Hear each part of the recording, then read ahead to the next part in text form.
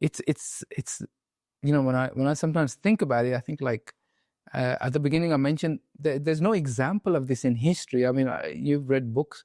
Do you know of any example where a whole society, people, have had to not just erased, but they had to live as with a double identity for such a long time? Yeah. So in history we have we have examples where an invading army comes in, okay, and an army or people come in, and you have to hide who you are. Okay, you pretend that I'm a Christian, I'm whatever it is, I'm not a Muslim, just for whatever identity is, or I'm French and I'm not British, or whatever it is, you have to take on an identity.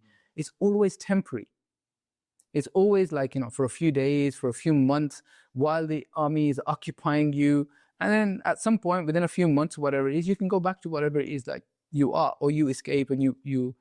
Here we have for 150, 200, 250 years where it became a way of life.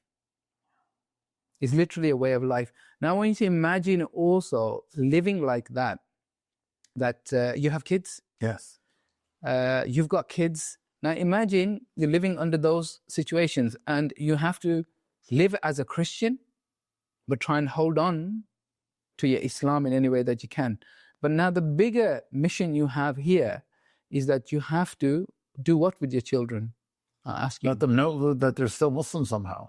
Okay, so you survive. And survive. And survive. But how you have to make sure you teach them that when they are outside, when they go to school, when they're outside, to be Christian. Yes. To make sure that people know you are a Christian. Eat the pork. If you're told to eat the pork, eat the pork. Drink the wine. And also behave as a Christian. You have to train them to be a Christian. But then also at the same time, you have to try and make them try and hold on to your Islam. How are you going to do that? That's impossible. And that's what I'm saying is that's not just for a few days or a month or something. I think the crazy thing is one generation to the other. Say you start with 100 Muslims, they all have to fake it and have their kids eat the pork but stay Muslim. How you can do this until 1609, to the point where the king has to go, you still have so many Muslims, I want every one of them out of my country. Yeah. Like 125 years later, you still have these people holding on. That is the most impossible thing I can imagine.